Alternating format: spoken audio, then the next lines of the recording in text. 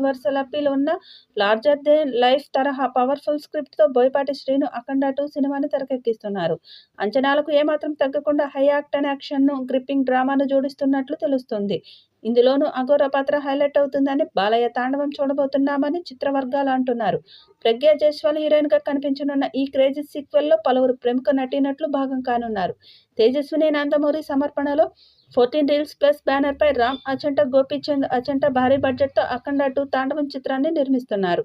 Yes Thaman సంగీతం సమకూరుస్తున్నారు. Santosh D Detake and C Ram Prasad cinematography నిర్వహిస్తున్నారు.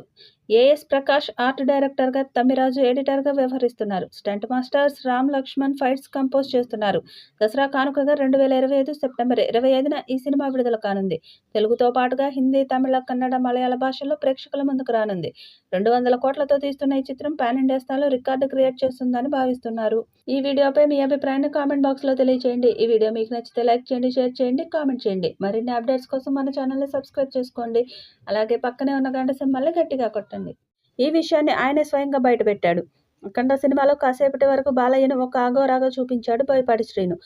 ఇప్పుడు సీక్వెల్ కోసం అఘోరాలను కాదు, ఏకంగా నాగసాధువులను రంగంలోకి దించాడు. ఒరిజినల్ నాగసాధువులతో షూటింగ్ చేయడం కోసం మహాకుంభమేళాకు బయలుదేరింది అఖండ 2 టీం. కోట్ల మంది జనం మధ్య మహాకుంభమేళాలో ఈ మూవీ షూటింగ్ జరుగుతుంది. అక్కడే బిగ్ టీవీ కెమెరాల కంటికి చిక్కారు బోయపాటి శ్రీను. మహాకుంభమేళా ఏర్పాట్ల గురించి ప్రత్యేకంగా చెప్పేది ఏమీ లేదని, అంతా బాగానే ఉందని ప్రశంసించారు. ఆ తర్వాత అఖండ 2కు సంబంధించిన అప్డేట్ను బయటపెట్టారు. దీంతో ఫ్యాన్స్లో ఉత్సాహం మరింత పెరిగింది. ఈ సినిమాను 200 కోట్ల బడ్జెట్తో పాన్ ఇండియా స్థాయిలో తీస్తున్నారు.